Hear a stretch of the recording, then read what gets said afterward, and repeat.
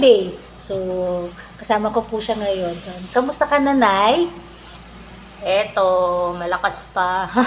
Malakas pa. Sadya naman. O, ilang taon ka na nga ba, Nay? 71. O, 71. Kita nyo naman, batang-bata pa ang inay. So, ganun. Wala pa. O, anong wala pa?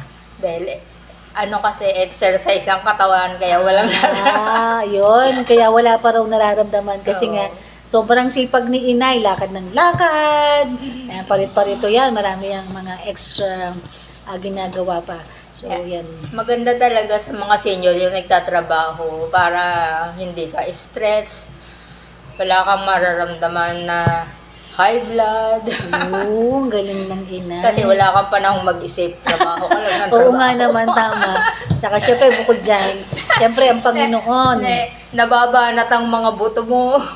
Nai-stress. Correct. Saka syempre, wag natin